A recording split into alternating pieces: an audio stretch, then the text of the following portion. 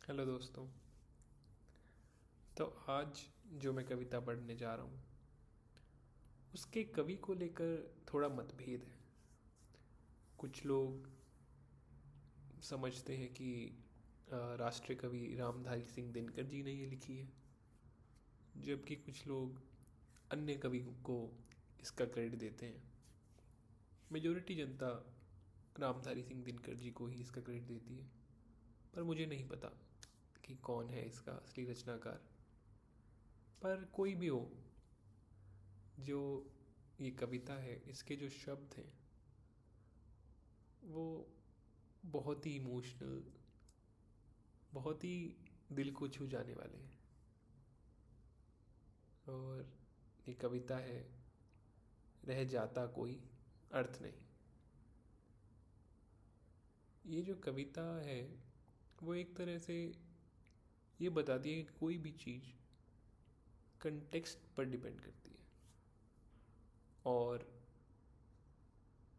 As a individual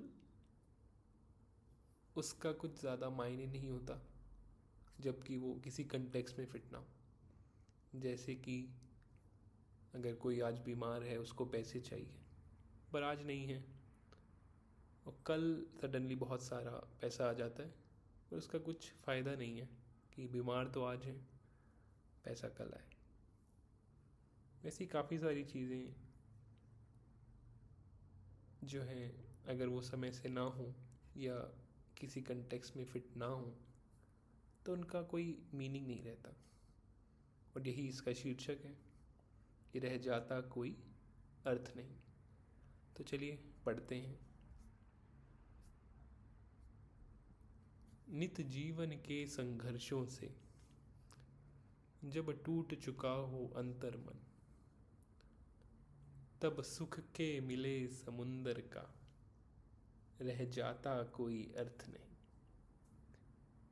जब फसल सूख कर जल के बिन तिनका तिनका बन गिर जाए, फिर होने वाली वर्षा का रह जाता कोई अर्थ नहीं।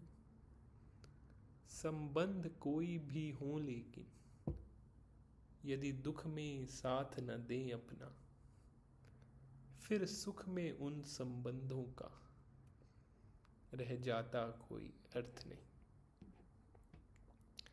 छोटी छोटी खुशियों के क्षण निकल जाते हैं रोज यहाँ, फिर सुख की नित्य प्रतीक्षा का रह जाता कोई अर्थ नहीं। मन कटु वाणी से आहत हो, भीतर तक छलनी हो जाए, फिर बात कहे प्रिय वचनों का रह जाता कोई अर्थ नहीं। सुख साधन चाहे जितने हो, सुख साधन चाहे जितने हो, पर काया रोगों का घर हो, फिर उन अनगिनत सुविधाओं का रह जाता कोई अर्थ नहीं। Thank you.